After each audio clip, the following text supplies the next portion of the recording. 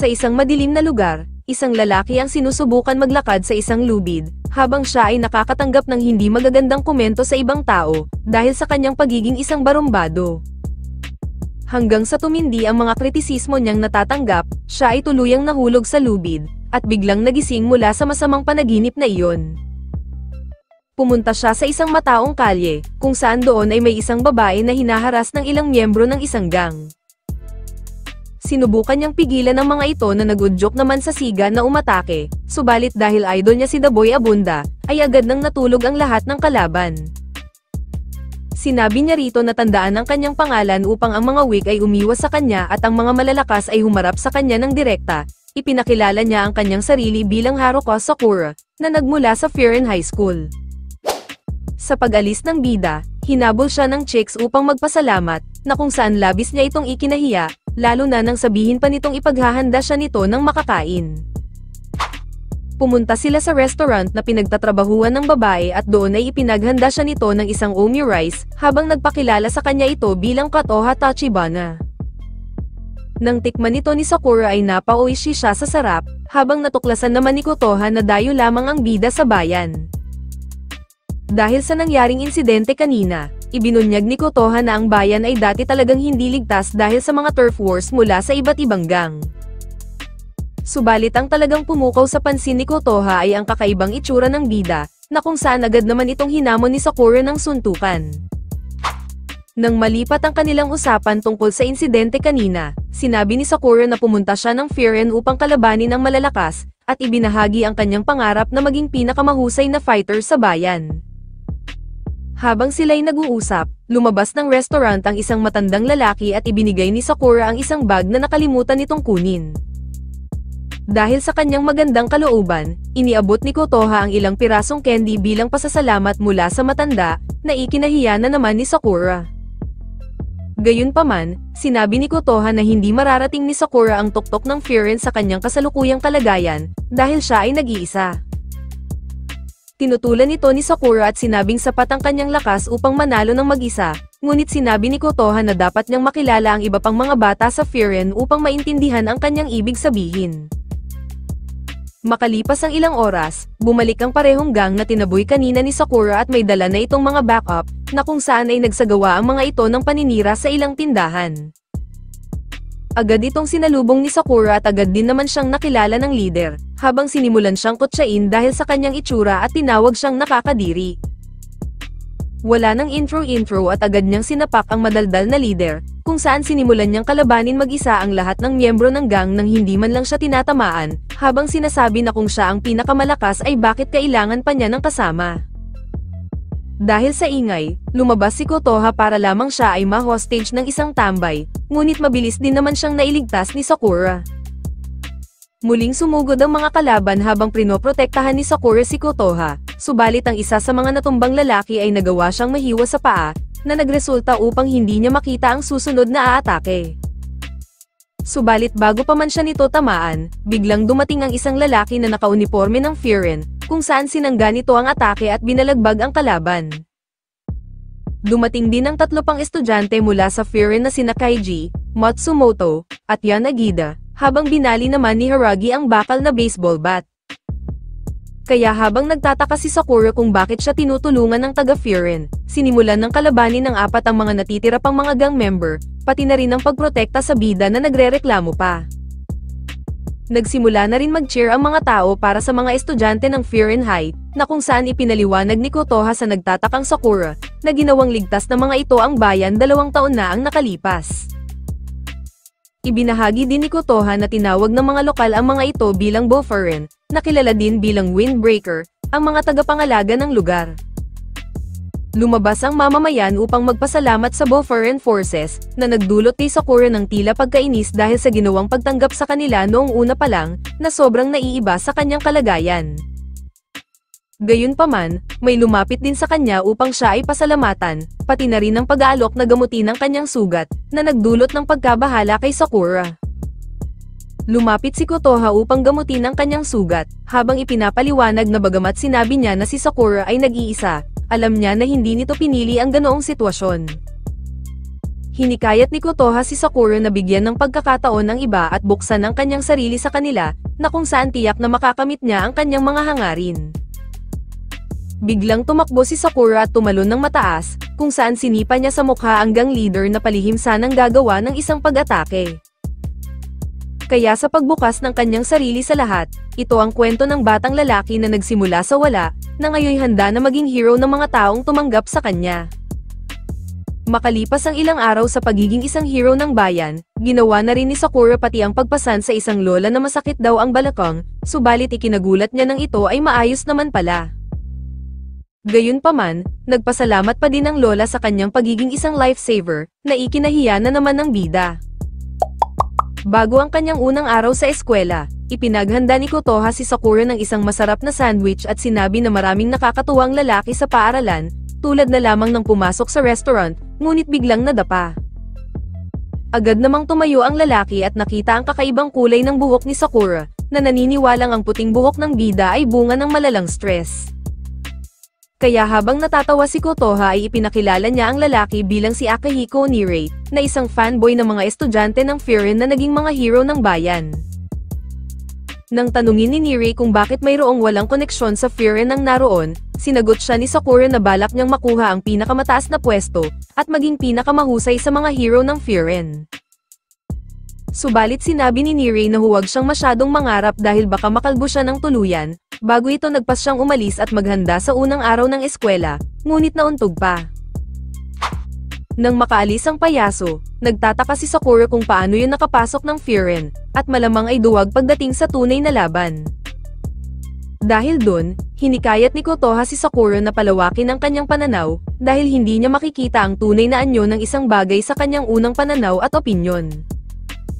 Nang magpas siyang umalis si Sakura, inalok siya ng libreng tinapay ng may-ari ng panaderya dahil sa ginawa niyang kabayanihan kamakailan. Dahil alam nilang tatanggihan ito ni Sakura ay ibinigay na sa kanya ang nakabalot na tinapay, habang inalok din siya ng libreng tinda ng ilang tindahan, na para tuloy siyang nag-shopping. Subalit habang napapaisip si Sakura kung bakit masyadong mabait sa kanya ang mga tao, bigla siyang nagulat nang may manghingi sa kanya ng tulong. Makikitang sinubukan pigilan ni Nirei ang isang grupo ng kalalakihan dahil sa ginawa ng mga itong pambabastos sa babae kanina. Dahil wala na ding laban si Nirei, nagpa siya nang umalis ang mga lalaki ngunit pinigilan niya ang leader, habang sinasabing malalagot sila sa Boferen. Tinawanan lamang siya ng mga ito at sinimulan siyang pagsusuntukin, subalit bago pa man siya tuluyang tapusin, ay biglang dumating si Sakura at pinatalsik ang leader gamit ang malakas na sipa. Nang sumugod ang mga Kanto Boys ay mabilis lamang ang mga itong pinabagsak ni Sakura, na ikinagulat naman ni Nirei at sinabing malamang ay nadismaya ang bida sa kanya. Tinawag siyang isang poser ni Sakura, na nag-joke naman kay Nirei na ikwento noong siya ay binubuli sa elementarya, hanggang sa isang taga-Frieren ang dumating upang tulungan siya. Sinabi niya na nais niyang maging malakas tulad ng mga hero mula sa Frieren, subalit ang totoo ay siya lamang ay isang nakakaawa. Doon na bumukas ang puso ni Sakura at naalala ang kanyang komento kanina tungkol kay Nirei, kung saan nagkamali siya at sinabing hindi isang duwag o mahinang fighter si Nirei. Bigla naman dumating ang babae na humingi ng saklolo sa kanila kanina at nagpasalamat sa kanilang dalawa, na ikinahiya na naman ni Sakura. At dahil sa ginawang pagligtas ni Sakura kay Nirei, umandar na naman ang pagiging fanboy nito at kinuha ang lahat ng datos ng bida. Kinutongan tuloy siya ni Sakura, ngunit inaya niya ito na sabay na silang pumunta sa paaralan upang dumalo sa entrance ceremony. Pagdating nila sa Frieren High na puno ng graffiti ang buong gusali at ang pinaniniwalaang headquarters ng Boferen, nakita nila ang mga roster ng klase at natuklasan na magkaklase pala sila. Subalit ang pananabik ni Nirei ay agad na napalitan ng takot, nang malaman na ang isang estudyante ay nasa kanilang klase. Kaya nagmakaawa siya kay Sakura na maging magalang sa lahat at ngumiti lamang hanggat maaari, ngunit nagulat siya nang makitang nagsisimula na itong magpainit at handa ng makipagsuntukan. Nang pumasok sila sa classroom ay sinalubong sila ng masasamang tingin ng mga estudyante, habang lumapit sa kanila ang isang estudyante na may pangalang Suo Hayato, na nagpahayag na may naninirahan na sinaunang espiritu ng Chino sa kanyang mata. Pagkatapos ay lumapit si Suo kay Sakura na handa ng makipagsuntukan, subalit pinuri lamang siya nito sa ginawa niyang pagtatanggol sa bayan, na ikinatuwa naman ng ilang mga estudyante. Kaya nang ikinagulat nila na mali pala ang kanilang unang impression sa mga ito, tinanong si Sakura kung bakit siya napunta ng Frieren, na kung saan sinabi niya na nais niyang maging pinakamahusay sa lahat. Bigla na lamang tumahimik ang buong klase, at isang lamesa ang lumipad sa kanyang harapan, na nagmula sa isang estudyante na nagngangalang Kyotaro Sugishita, ang pinakamapanganib sa buong paaralan, sabi ni Nirei. Biglang sumugod si Sugishita kay Sakura, ngunit ang tinamaan nito ay ang lamesa, habang sinabi ng bida na ito ang kanyang pinakahihintay. Kaya nang sumugod muli si Longhair, sinabi ni Suo kay Sakura na huwag babanggitin ang hangarin na kunin ang tuktok sa harap ni Sugishita, dahil ito ay fanatic ng nakakataas at sobrang passionate pagdating sa usaping pinakamahusay sa lahat. Nang makakatama na sana si Sugishita, nagawa pa din itong ilagan ni Sakura at binigyan ng isang sipa ang Longhair sa ilong, habang ipinahayag na hindi siya mapapatumba ng isang panatiko. Nang handa nang magsalpukan muli ang dalawang manok, napatigil sila sa isang boses mula sa speaker, na binabati ng maligayang pagdating ang lahat ng mga estudyante. Sinubukan ni Sakura na ipagpatuloy ang laban, ngunit napansin niyang lahat ay nakatayo ng tuwid at nakikinig, dahil ang nasa likod ng boses mula sa speaker ay ang pinakamalakas na estudyante sa Frieren High, na si Umamiya Hajime. Sinabi ni Umamiya sa lahat na i-enjoy ang kanilang kabataan at pumunta sa beach ngayong tag-init, habang sinabi rin niya na walang mag-aaway sa unang araw, na kung saan tinamaan ang dalawang unggoy. At bago matapos ang talumpati ni Umamiya, sinabi niya din sa lahat na protektahan ang bayan at ipinaalala sa kanila na ang Boferen ay mga tagapagbantay ng Frieren. Lahat ay sumang-ayon sa kanilang nakakataas, habang si Sakura naman ay nagtataka kung anong uri ng tao si Umamiya. Sinubukan naman pagbatiin ni Suo sina Sakura at Sugishita, na kung saan tinanggihan ito ng dalawang unggoy.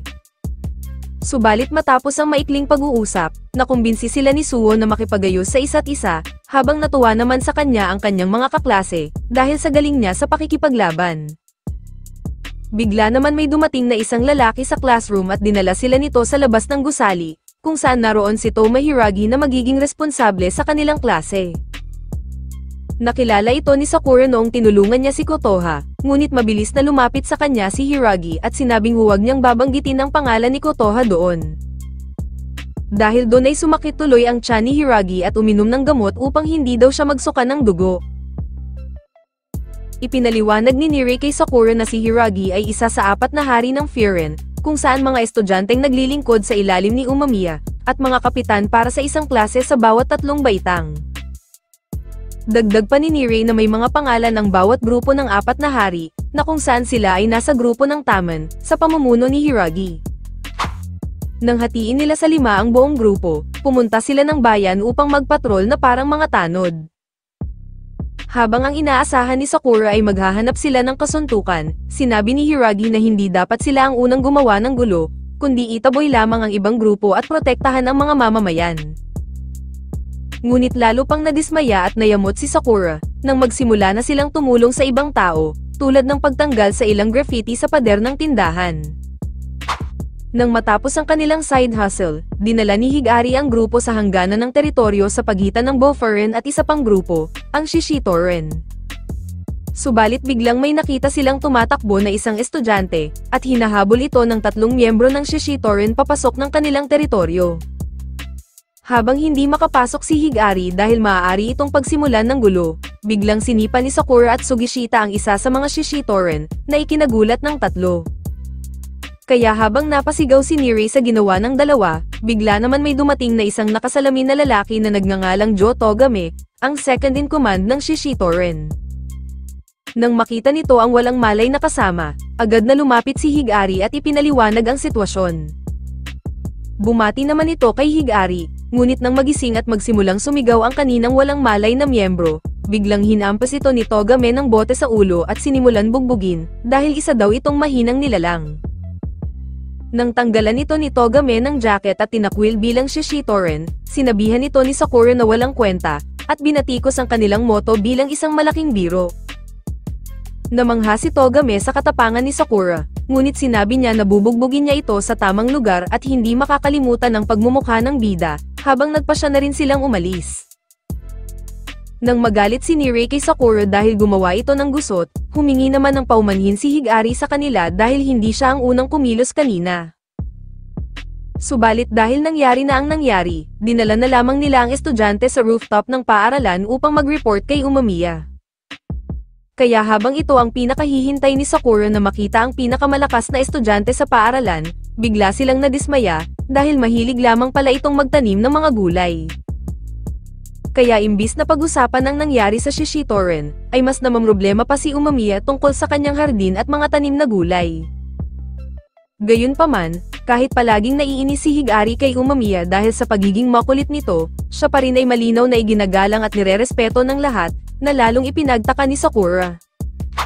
Nang ipaliwanag na ng estudyante kung ano talaga ang nangyari, sinabi niya na may hinabol siyang isang magnanakaw sa tindahan, ngunit sa kalaunan ay napadpad siya sa teritoryo ng Shishitoren, na aksidenteng nagpasimula ng sagupaan bilang resulta ng pagliligtas sa kanya ng mga bida. Tinawag ni Umamiya ang estudyante sa pangalan nitong Sasaki, na kung saan pinasalamatan niya ito sa pagprotekta sa mga mamamayan, at sinabing ipaubaya na nito ang natitira sa kanyang mga nakakatandang kapatid. Subalit nang itanong ni Umamiya kung si Sakura ba ang nagpasimula ng away, agad na nagpaliwanag si Sakura, na malinaw na ipinakita niya na siya nga ang nagpasimula ng away. Ngunit imbis na magalit, pinuri siya ni Umamiya sa kanyang mga nagawa mula nang dumating siya sa bayan, at tinawag siyang mapagkakatiwalaang nakakabatang kapatid. Doon na naintindihan ni Sakura na ang pakiramdam ng seguridad na ibinibigay ni Umamiya, ay ang bagay kung bakit maraming naniniwala sa kanya. Subalit habang nakatanggap si Higari ng isang tawag mula kay Kaji tungkol sa Shishitoren, may biglang umalingaw-ngaw na boses mula sa isang megaphone.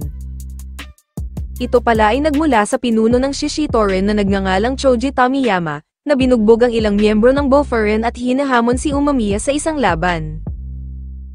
Biglang na-excite rito si Sakura dahil maaari niyang makaharap si Togame, ngunit bigla siyang nakaramdam ng malakas na aura mula kay Umamiya, na handa nang harapin ang kalaban. Habang lahat sila ay tumungo sa ibaba ng gusali, biglang nakaramdam si Sakura ng takot, at napaisip kung ito ba ang parehong Umamiya na nakasama nila kanina. Agad na naghamon si Tomiyama ng isang laban, ngunit sinabi ni Umamiya na bagamat sila ang naunang gumawa ng gulo ay masasabi niyang quits na sila, dahil sa ginawang pambubugbog ni Tomiyama sa kanyang mga kasama. Sumang-ayon naman rito si Tomiyama bago ito maghagis ng malakas na sipa, na nagawa namang masangga ni Umamiya. Nang tanungin ni Umamiya kung bakit pinipilit nitong makipaglaban, sinabi ni Tomiyama na naiingit siya sa kanya. Habang siya ay nalulungkot sa pagiging isang pinuno ng Shishitoren, si Umamiya naman ay patuloy na nag-e-enjoy sa buhay na tila hindi patas. Kaya nais niyang kunin ng Frieren, si Umamiya, at ang lahat para sa kanyang sarili upang siya din ay maging masaya. Sa hindi naman inaasahan, biglang lumitaw si Togame at ilan pang miyembro ng Shishitoren, na kung saan doon na rin tumayo sina Sakura at ang iba pa sa tabi ng kanilang bossing. Habang pati ang buong Boferen ay nag-aabang sa anumang mangyayari, sinabi ni Umamiya na huwag silang gagalaw, kung saan tinanggap na niya ang hamon ni Tomiyama. Ngunit dahil marami palang involved at nagkaka-trash talkan pa, naisip ni Tomiyama na gawin na lamang itong isang tournament, sa pagitan ng lahat ng sangkot sa nangyari. Ito ngayon ay laban sa pagitan nila Tomiyama at Umamiya, Aruma at Sugishita, Kanuma laban kay Suho, at Togame laban kay Sakura. Subalit may isa pang miyembro ng Shishitoren na nagngangalang Kotasako, ang hiniling na kalabanin si Hiragi, na tila kilala nila ang isa't isa. At dahil kumpleto na ang lineup ng dalawang grupo, ang kanilang laban ay gaganapin kinabukasan. Dahil sa mangyayaring laban kinabukasan, kinakabahan si Nirei na baka matalo ang kanilang mga manok, ngunit sinabi sa kanya ni Kotoha na huwag mag-alala dahil hindi mga sakitin ang mga ito. Bigla namang dumating si Umamiya at agad na lumapit kay Kotoha upang ipakita ang kanyang bagong tanim.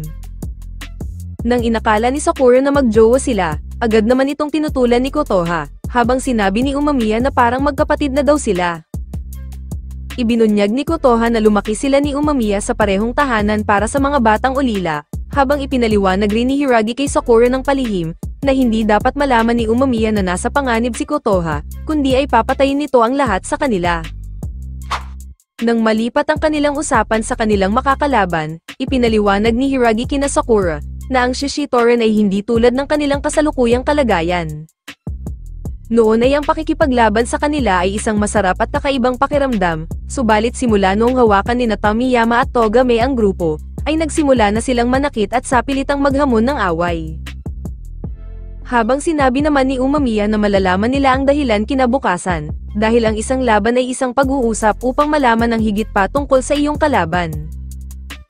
Nang magpasya ng tapusin ng buong grupo ang araw at maghanda para sa kinabukasan na laban, muling nagpasalamat sa kanila si Sasaki, at nagpaabot ng tagumpay para sa kanilang laban.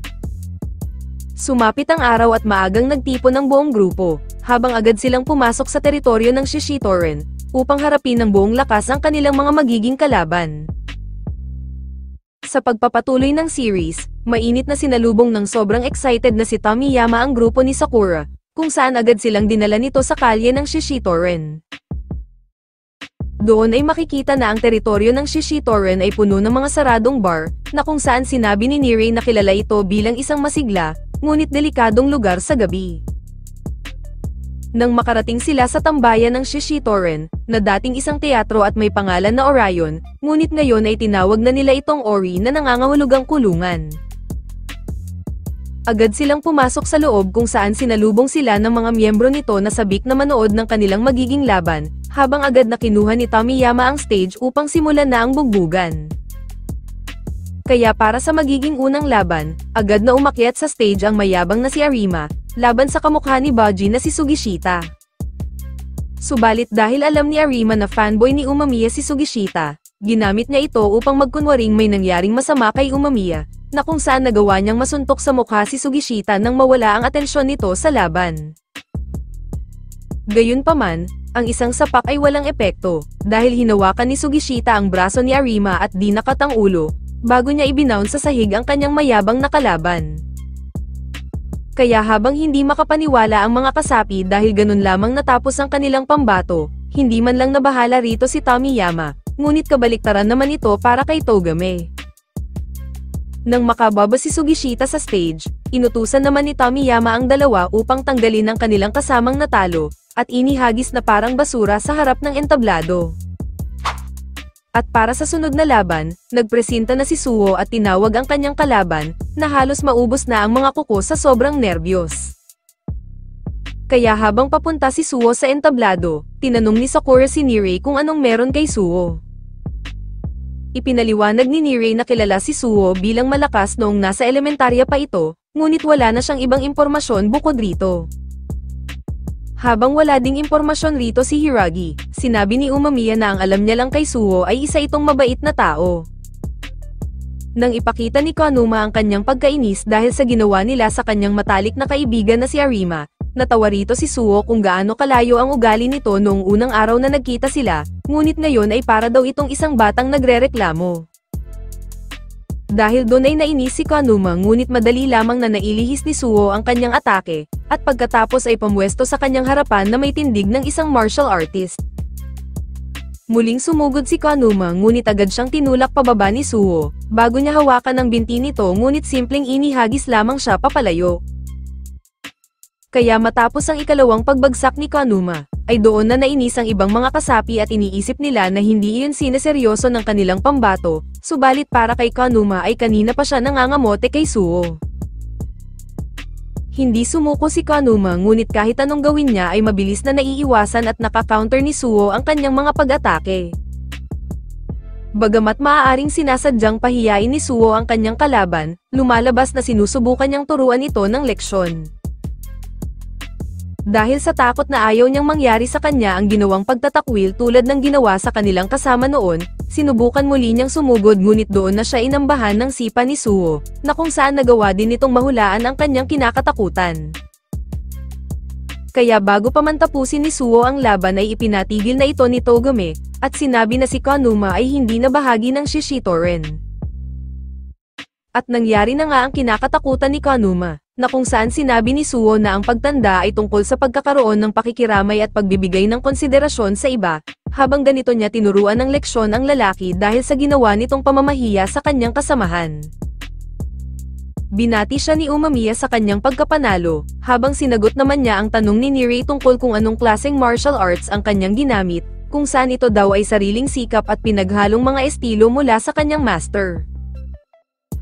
Matapos hilahin ni Kanuma si Arima papunta sa gilid at iparating sa bagong gising na tapos na ang lahat at wala na silang pag-asa, naghanda na si Sakura para sa sunod na laban, ngunit tumayo ang kalaban ni Hiragi na si Sako at malinaw na gustong mauna sa laban.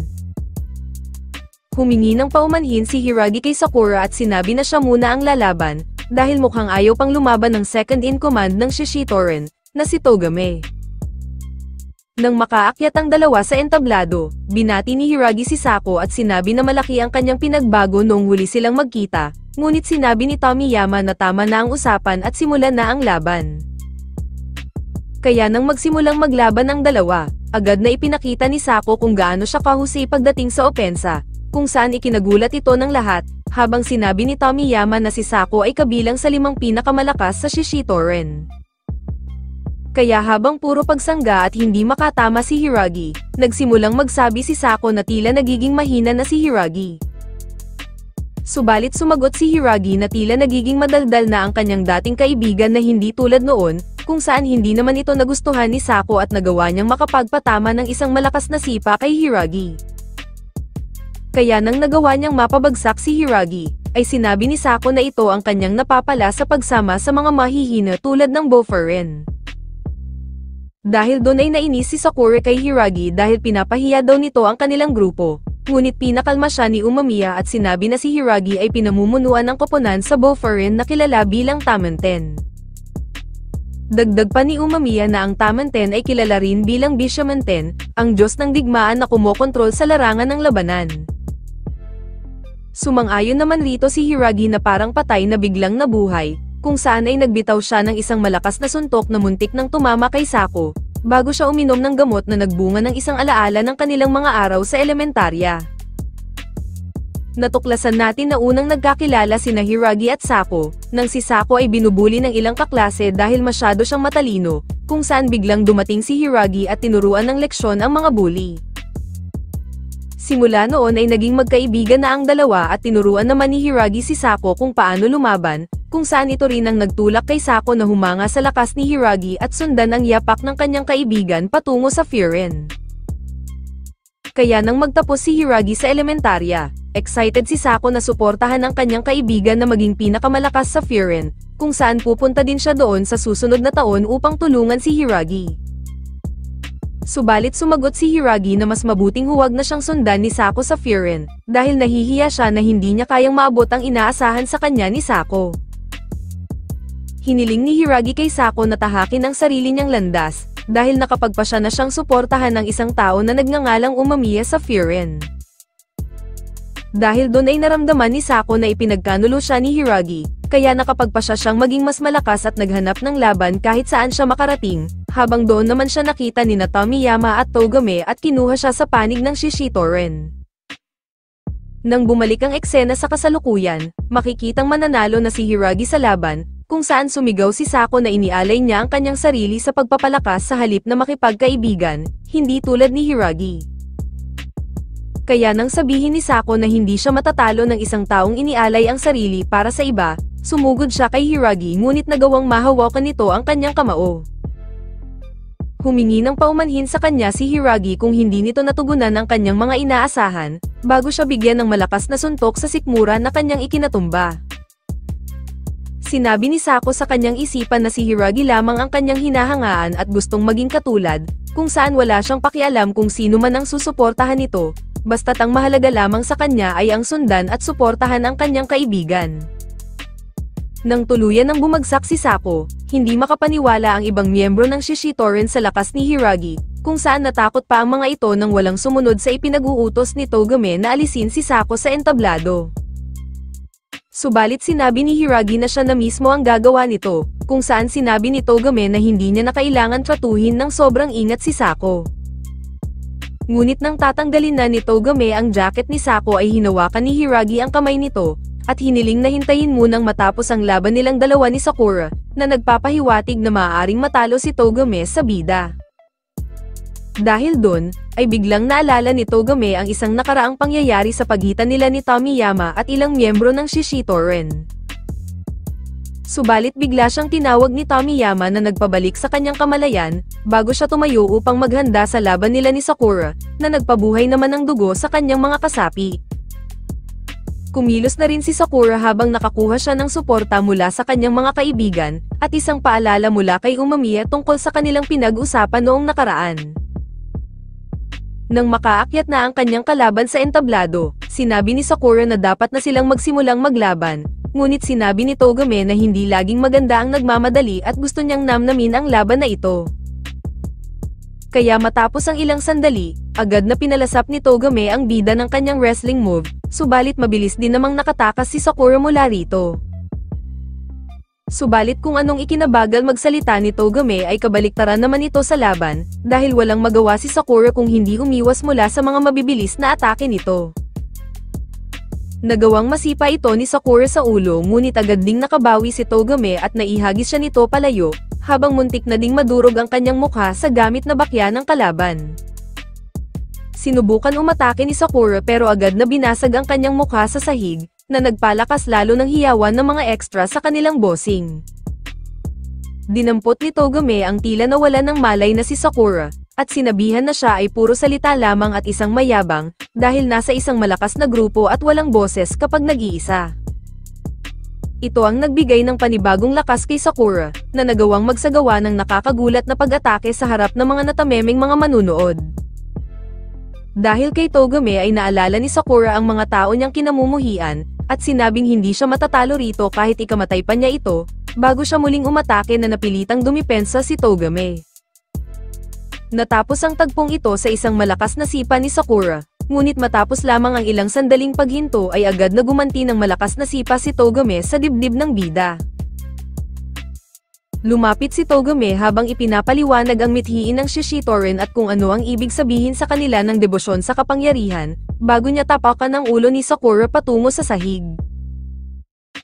Subalit pinilit bumangon ni Sakura at sinabing mali ang kanilang mithiin, kung saan binanggit niya ang paraan ng pambubuli ng Shishitoren at ang kanilang pagmamaltrato sa mga mahihina, na siyang naging dahilan ng buong labanan.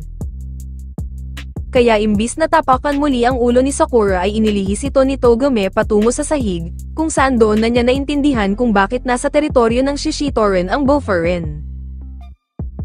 Pumunta siya kay Arima at Kanuma, na malinaw na galit sa kanilang mga inasal bilang kinatawan ng Shishitoren, kung saan agad niyang sinimulan bugbugin ng husto ang mga ito.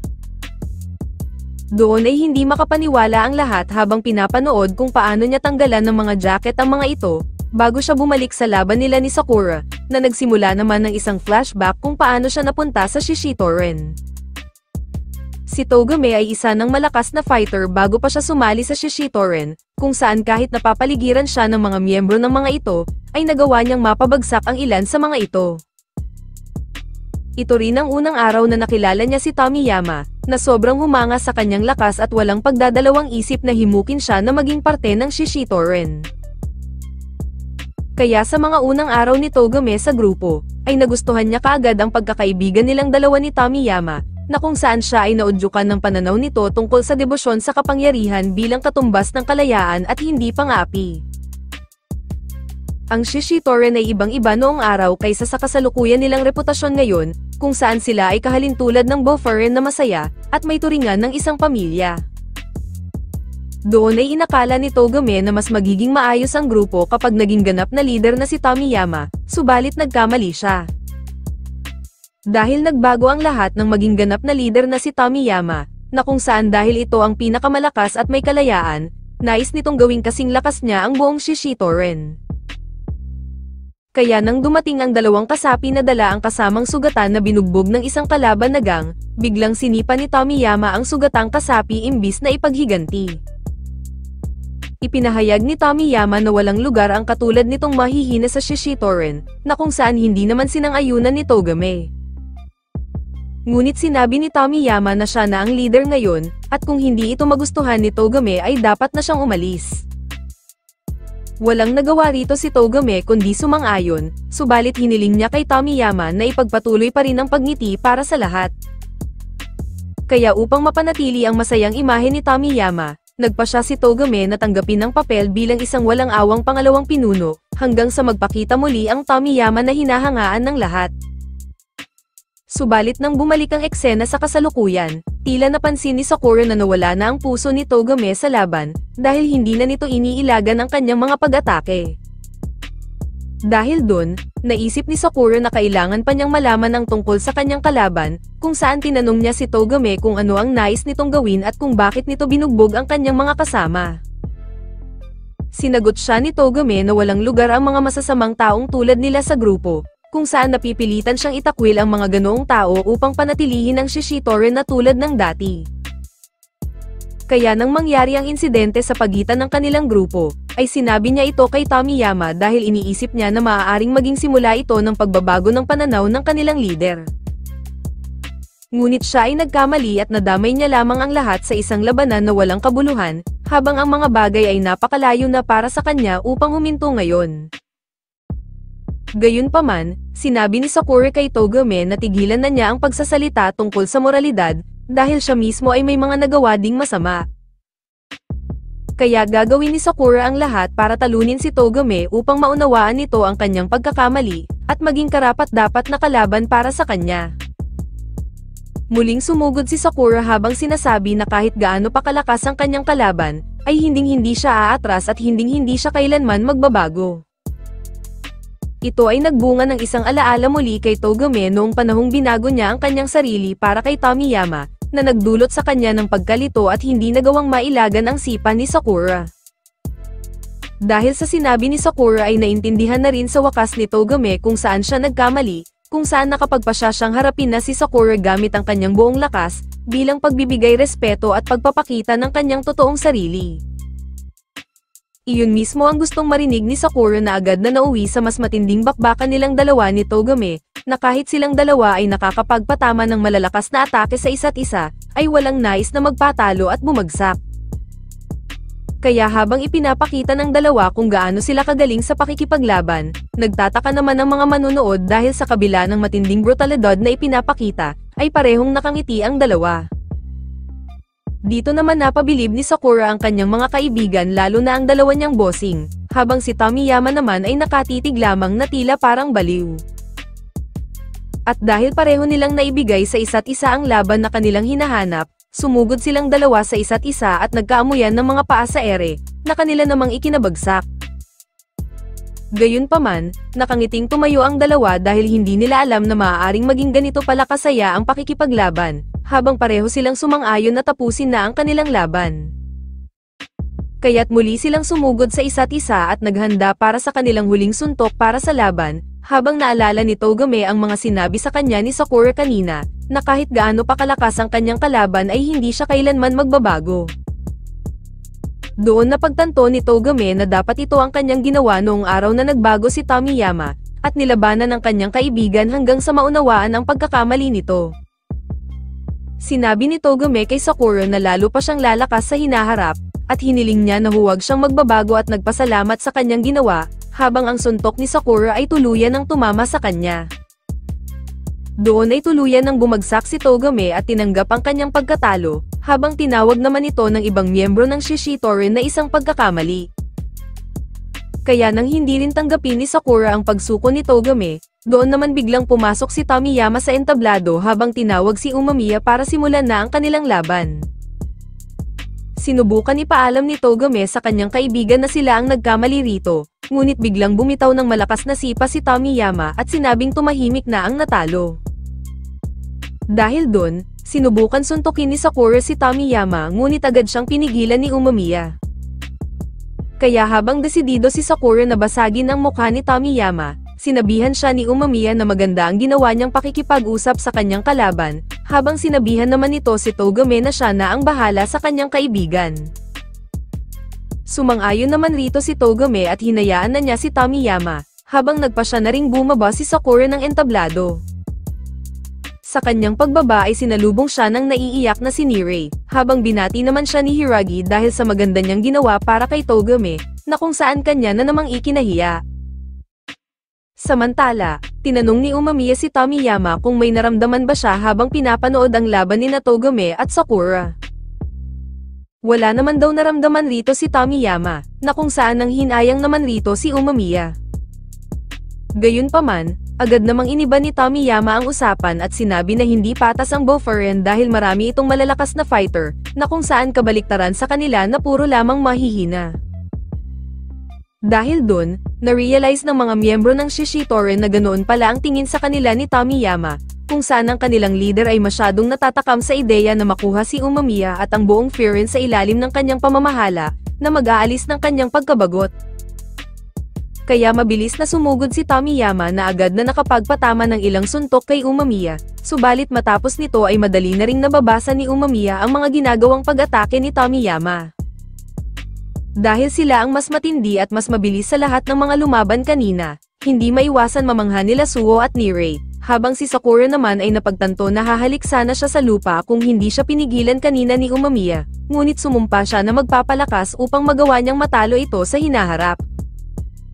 Balik sa dalawang leader, biglang sumugod si Tomiyama ngunit nakaramdam siya ng isang death punch mula kay Umamiya, na kung saan agad naman niya itong naiwasan pero biglang bumulwak ang dugo niya sa ilong. Kaya sinabi ni Umamiya na kung hindi naunawaan ni Tomiyama ang kanyang ibig sabihin kanina, ay wala itong tsansa na manalo sa kanya. Sa pagpapatuloy ng laban ng dalawang leader ng magkabilang gang, patuloy ang pagpapaulan ng mga suntok at sipa ni Tomiyama kay Umamiya, ngunit napansin niyang tila wala itong epekto sa leader ng Bofurian. Nang sagutin siya ni Umamiya na dahil ang kanyang mga suntok ay magagaan at walang ipinaglalaban, ikinagalit ito ni Tomiyama at muli siyang umatake, ngunit muling inulit ni Umamiya na wala siyang nararamdaman at pinabagsak ito gamit ang isang malakas na suntok. Kaya habang hindi makapaniwala rito ang kanyang mga kasamahan, tumayo si Tomiyama at sinabi kay Umamiya na tumabi ito sa kanyang daraanan dahil makukuha na niya ang kanyang kalayaan. Muling umatake si Tomiyama habang ipinapaliwanag na ang ibig sabihin sa kanya ng kalayaan ay kasiyahan, at ang ibig sabihin naman ng kasiyahan ay lumaban sa mga malalakas na kalaban. Ngunit sinabi ni Umamiya na mukhang hindi masaya si Tomiyama at malinaw na hindi nito naiintindihan kung ano talaga ang kanyang gusto sa buhay. Kaya ipinahayag niya ang kanyang pagkaawa kay Tomiyama at sa grupong pinamumunuan nito, habang ipapakita niya kung paano maging isang tunay na leader kasabay ng isang malakas na suntok. Doon ay nagkaroon ng vision si Tomiyama na biglang naglaho ang kanyang mga kasama, habang sinimulan na niyang questionin ang kanyang sarili. Sinabi niya ng paulit-ulit ang mga salitang tumahimik, bago siya sumigaw na parang baliw at sabunutan ang kanyang sarili, na ipinag-alala naman ni Togame. Inisip ni Tomiyama kung kailan naging isang disyerto ang kanyang puso at tinanong kung ano ang kulang sa kanyang buhay. Subalit dahil wala na rin namang magbabago ay wala na siya ritong pakialam, habang sa katotohanan ay patuloy ang kanyang mental breakdown. Muling sumugod si Tomiyama at pinagsusuntok niya si Umamiya, kung saan ikinagalit ito ni Sakura dahil hindi man lang lumalaban ang kanilang leader. Nang tumigil si Tomiyama, ay humingi ng tawad si Umamiya dahil hindi niya intensyong itulak ito sa ganoong sitwasyon, subalit lalo lamang magiging mahirap sa kanya kung ipagpapatuloy niyang wasakin ang lahat. Dahil ayaw nang may marinig pang kahit ano si Tomiyama ay biglang kinagat nito si Umamiya sa leeg, ngunit pinakalma siya ni Umamiya at sinabing nasa puso niya ang hinahanap niyang kasagutan. Kaya nang lumayo si Tomiyama, ay ipinaalala sa kanya ni Umamiya noong nagkaroon ng away ang Bofurian at Shishitoren, kung saan masaya siya noon dahil napapaligiran siya ng kanyang mga kaibigan. Nais ipaintindi ni Umamiya kay Tomiyama na may bigat ang kanyang mga kamao noon, dahil lumalaban siya para sa kanyang mga kaibigan. Kaya nang tumayo si Umamiya ay hinawakan nito ang mukha ni Tomiyama, habang pilit na pinapaalala kung ano siya noon at kung ano ang dapat gawin ng isang leader.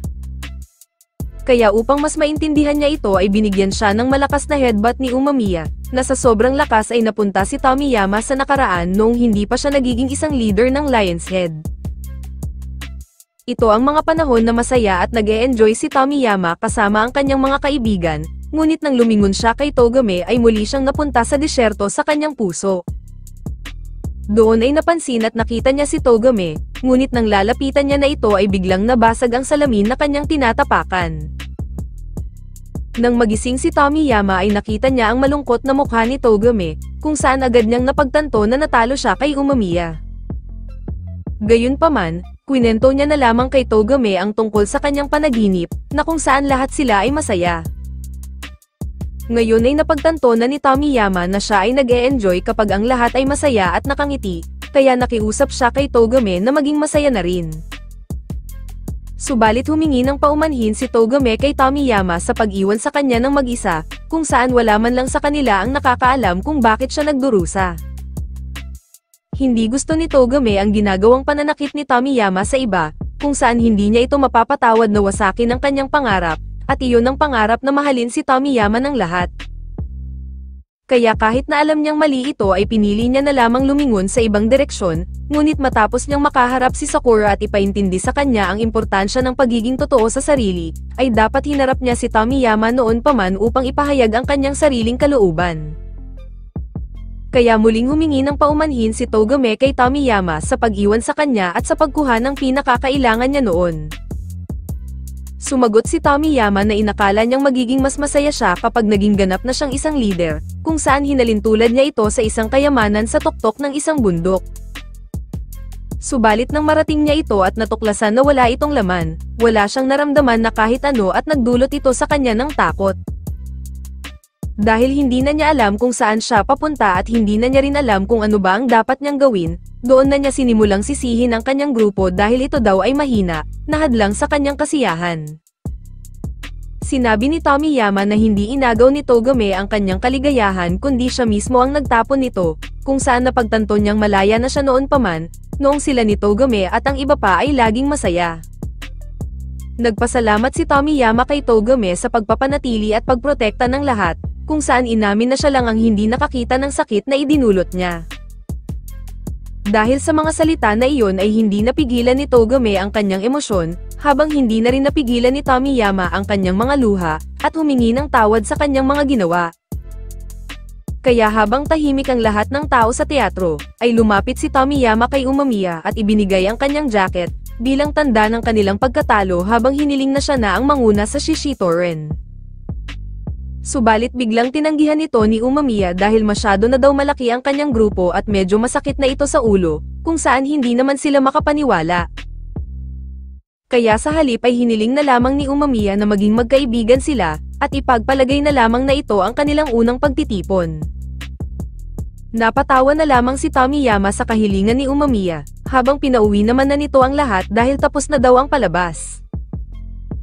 At bilang selebrasyon, nagkaroon ng isang maliit na kainan ng grupo ng Bofurian kasama sina Togame at Tomiyama. Kaya habang kain ng kain si Umamiya, napapatanong naman si Sakura kung paano nito nagagawang kumain kasama ang taong nakalaban lang niya kanina.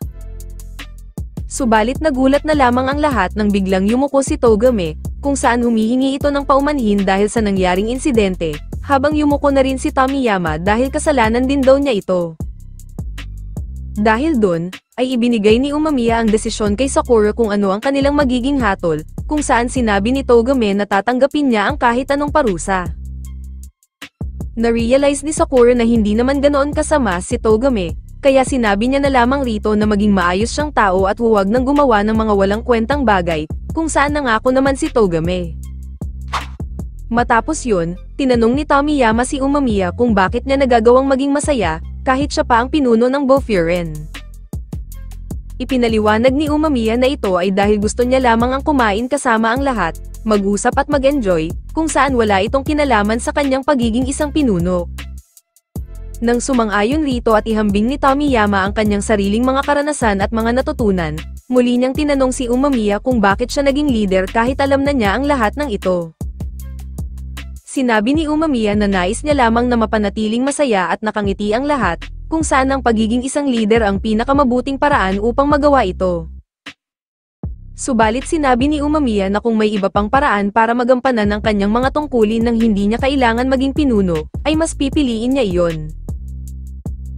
Dagdag pa ni Umamiya na hindi daw siya naging isang leader dahil itinalaga niya ang kanyang sarili o dahil siya ang pinakamalakas, kundi tinulungan siya ng mga taong nakapaligid sa kanya upang maabot niya ang pinakatuktok.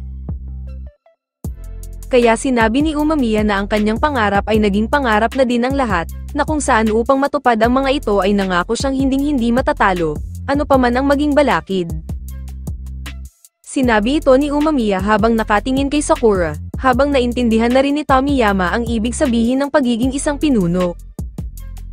Kinahapunan, bago maghiwalay ang dalawang grupo, binigyan ni Umamiya si Tomiyama ng isang tinapay, habang tumango naman si Togame kay Sakura, na mahiya-hiya pang nagpaalam ang bida. Nang makaalis na ang mga taga-Frieren, sinabi ni Tomiyama kay Togame na alam niyang hindi maitatama ng paghingi ng tawad ang kanyang mga ginawa, ngunit alam niya sa kanyang sarili na kailangan niya silang lahat. Sumang-ayon naman sa kanya si Togame, kung saan sa pagkakataong ito ay nagpasya silang hahanapin na ng magkasama ang sagot, habang masayang pinagsasaluhan ang tinapay na ibinigay ni Umamiya. Nang makarating na sina Sakura sa Frieren, sinalubong sila ng nag-aalalang si Sasaki, kung saan nagpasalamat itong umiiyak nang malaman na maayos silang lahat. Dumiretso sila sa kapehan ni Katoha, kung saan napansin nito na puro bangas ang kanilang mukha habang si Suo lamang ang natirang pogi. Ngunit doon ay napagtanto ni Sakura na tama ang mga sinabi sa kanya noon ni Katoha, na hindi siya kailanman makakarating sa tuktok kung siya lamang mag-isa. Aalis na sana ang bida nang bigla siyang pigilan ni Umamiya, dahil ipagdiriwang daw nila ang ginawang pakikipag-usap ni Sakura sa laban. Matapos maghanda ni Katoha ng mga kape, tinanong ni Umamiya si Sakura kung kamusta daw ang naging pag-uusap nila ni Togame. Nang sabihin ni Sakura na wala naman daw siyang narinig na boses sa mga kamao nito, doon na siya pinagtawanan ng lahat habang humingi naman ng paumanhin si Umamiya, dahil hindi niya daw ito ipinaliwanag ng mabuti. Nilinaw ni Umamiya na ang kamao ay isa sa paraan upang iparating mo sa isang tao ang nais mong sabihin, kung saan ito ay isang primitibong paraan ng pagpapahayag kung gusto mo o kinamumuhian mo ang isang tao. Sinabi ni Umamiya na tiyak na nagkaroon ng pakikipag-usap si Sakura kay Togame at mas naging malapit siya rito, dahil ipinagtanggol niya ito noong inatake ito ni Tomiyama. Subalit nang tanungin ni Sakura kung bakit kailangan pa nila itong ipagdiwang, sumagot si Umamiya na dahil ito ay ang nagpasaya sa kanya. Inamin ni Umamiya, na may pag-aalinlangan siya tungkol kay Sakura noong marinig niyang nagmula ito sa labas ng bayan, ngunit dahil sa kamakailang insidente, ay napatunayan niyang isang mabuting tao ang bida. Subalit naiinis pa rin si Sakura kung paano ni Umamiya natatanggap ng ganoon kadali ang mga bagay, partikular ang kabutihang ipinapakita ng Frieren. Sinabi niya na naroon siya para kunin ang pinakamataas na pwesto, ngunit ngayon ay hindi na siya sigurado dahil hindi niya kailanman natutunang tanggapin ang sinuman. Sinabi ni Sakura na ang pag-abot sa tuktok ng Frieren ang magbibigay daan sa kanya na tanggapin ang kanyang sarili, ngunit dahil lumalabas na kailangan niya ang suporta ng ibang tao, at hindi niya kayang tanggapin ang sinuman, ay imposible na niyang maabot ito. Gayunpaman, sinabi ni Nirei kay Sakura na kayang tanggapin nito ang ibang tao, dahil sa kabila ng nangyari sa kanya kahapon ay sinabi ni Sakura na hindi siya walang kwenta, at ito ay labis niyang ikinatuwa.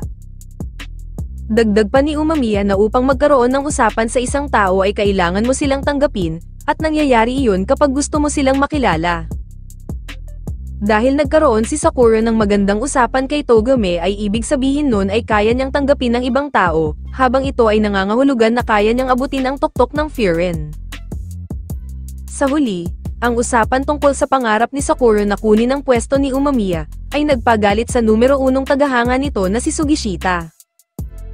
Kaya habang hindi ito uurungan ni Sakura, nagalit tuloy sa kanila ang tindera ng kapihan at sa labas daw sila magsuntukan. Sa sumunod na araw, habang iniisip pa rin ni Sakura ang mga sinabi sa kanya ni Umamiya, bigla na lamang dumating sina Nirei at Suho, na kanya naman ikinagulat. Sabay-sabay silang pumasok sa paaralan, kung saan napansin ni Nirei na maraming estudyante ang nakatingin sa kanila.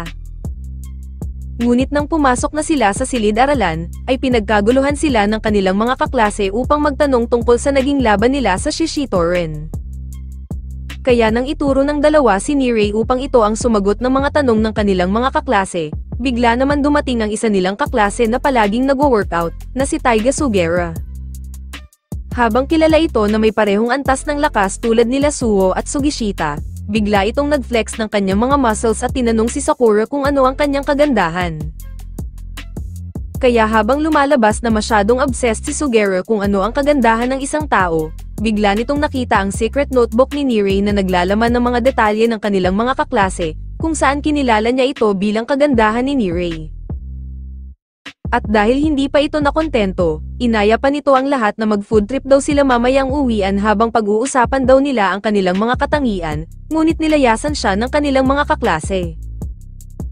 Kaya kahit maging si Sugishita ay ayaw sumama sa nakakaboring niyang trip, inaya niya na lamang ang tatlo at pumunta sila sa isang restaurant na may temang wrestlingan. Habang umo-order ang apat, biglang pumasok sa restaurant ang isa pa nilang kaklase na may kasamang babae, na si Mitsuki Kiryu. Nang makita ito ni Sakura na hawak ang kamay ng babae ay biglang namula na naman ang bida, habang nagpa siya namang umupo ang dalawa sa likuran.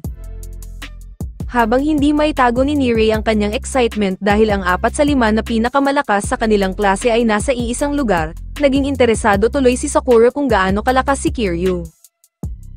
Ipinaliwanag ni Nire na si Kiryu ay nag-aral sa pang-rich kid na paaralan, kung saan noong nasa unang taon pa lamang nito ay tinalo ang 30 third-year student nang siya lamang mag-isa.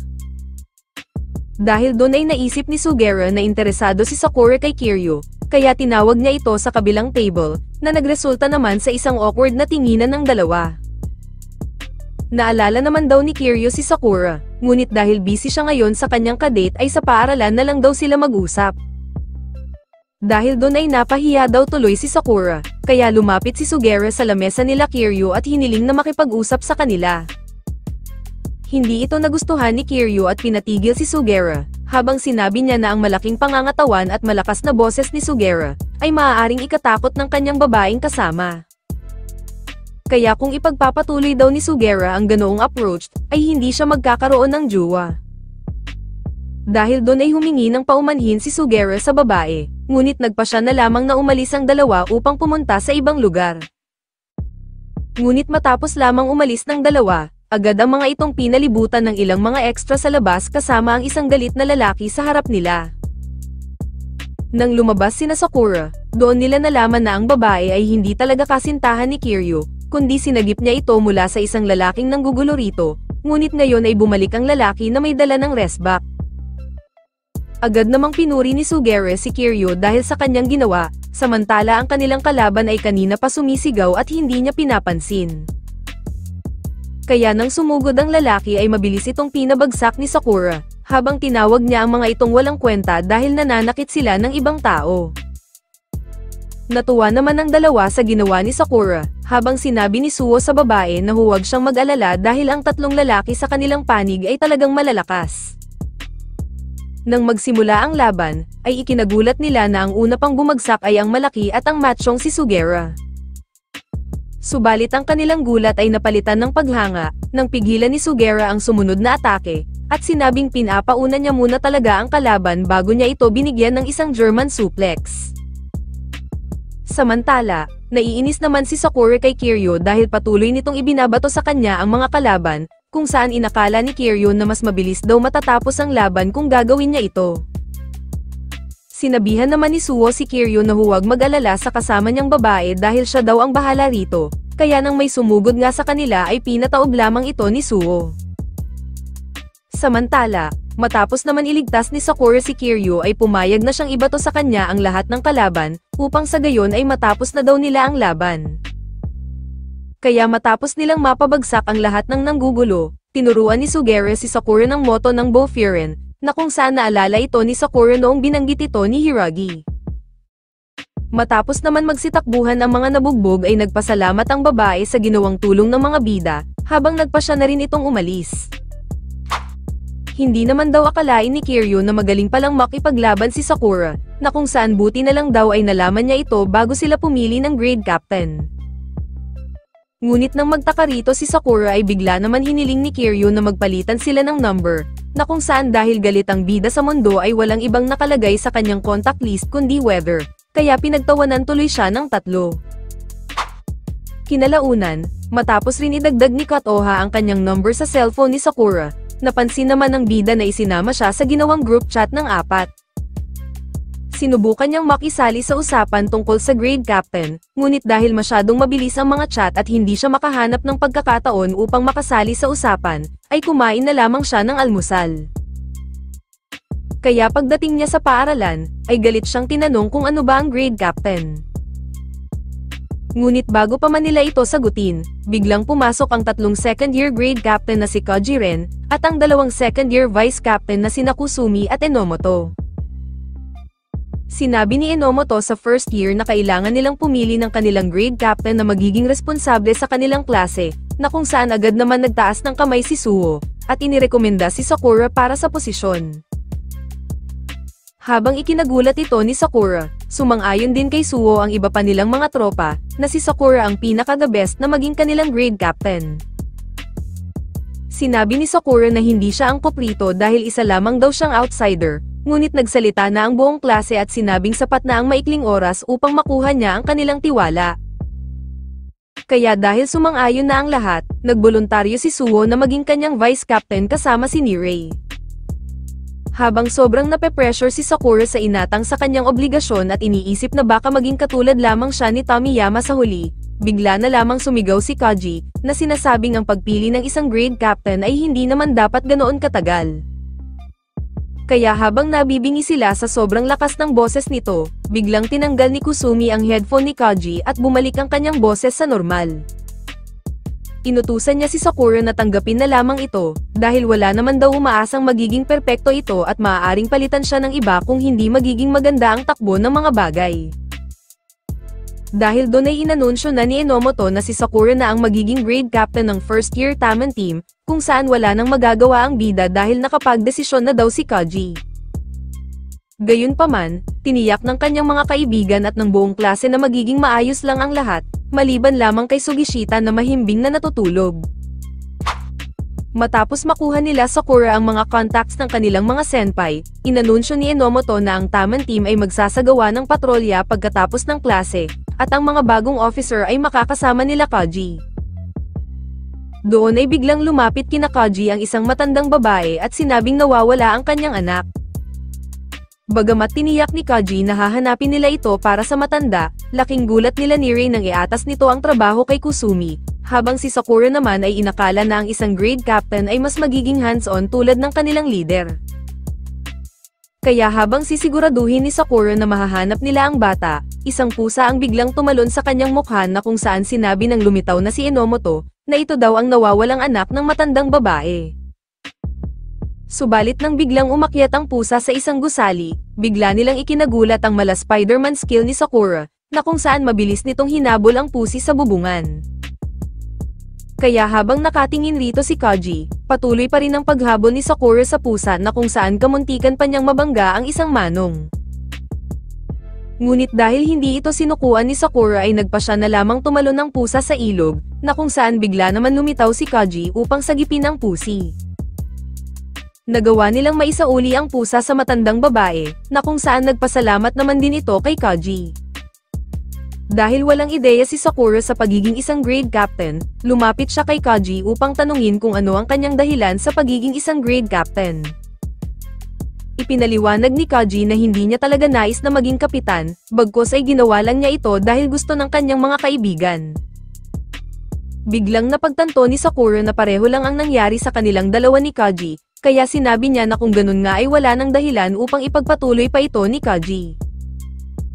Ikinagalit naman ito ni Koji ngunit agad niyang pinakalma ang sarili gamit ang isang candy, habang ipinaliwanag niya na may mga bagay na hindi siya magaling pero mahusay ang kanyang mga kaibigan, na palagi niyang inaasahan sa kanila.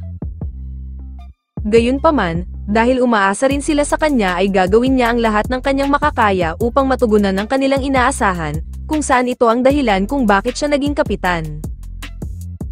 Dahil sa mga sinabi ni Koji ay biglang napaisip si Sakura, na kung ang pagtugon ba sa inaasahan ng kanyang mga kaibigan, ay ang isang bagay na gusto niya ding gawin.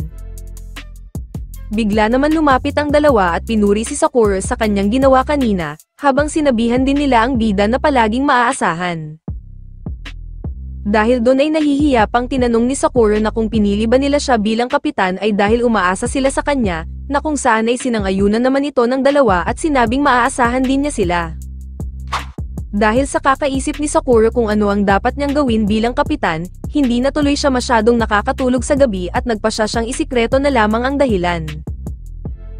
Subalit ikinagulat ni Sakura nang malaman ni Kotoha na siya ang grade captain, na kung saan wala na siyang nagawa kundi sabihin na hindi niya alam kung ano ang gagawin.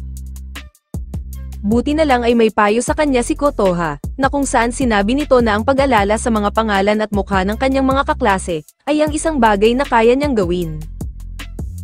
Dagdag pa ni Kotoha na ang pagtawag sa mga tao sa kanilang pangalan, ay magiging tanda na tinitignan niya sila ng mabuti.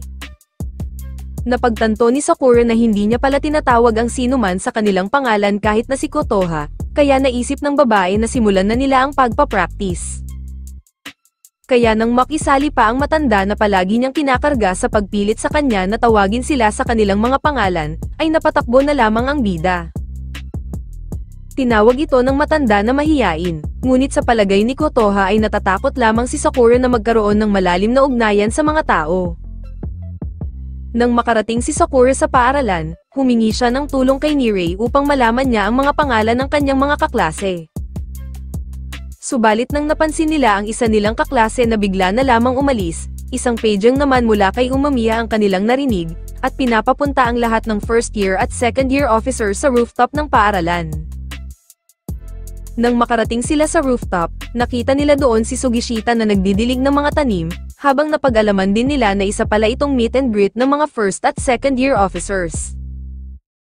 Naiinis tuloy si Sakura dahil dagdag pa daw ang mga pangalan ng mga ito sa kanyang kakabisaduhin, ngunit sinabi ni Nirei na huwag siyang mag-alala dahil alam niya ang mga pangalan ng lahat. Dahil alam ni Nirei na wala siyang alam sa pakikipaglaban, ay naisip niyang kabisaduhin ang mga pangalan ng lahat para makatulong kay Sakura, at magabayan ito sa pagiging pinakamahusay. Dahil dun, nagpa siya naman si Suo na siya ang kanilang magiging negotiator, dahil paliwanag nito na magaling daw siya sa pagkukumbinsi sa iba na tanggapin ang kanyang mga hiling. Na-impressed naman si Sakura sa kung paano nila alam ang kanilang mga kakayahan, kaya nang banggitin niya ang pangalan ng dalawa sa unang pagkakataon, ay nagulat ang mga ito. Bigla naman umayos ang tayo ng lahat sa biglaang pagdating ni Umamiya at ng iba, habang naiinis naman si Sakura dahil dagdag na naman daw sa kanyang kakabisaduhin ang mga kapitan na dumating. Ngunit sinabi ni Nirei na ang mga dumating ay hindi mga grade captain, kundi sila ang apat na hari ng Fahrenheit kasama ang kanilang mga second in command. At dito na nagtatapos ang ating recap sa anime series. Like and share naman dyan. Maraming salamat sa palaging panonood.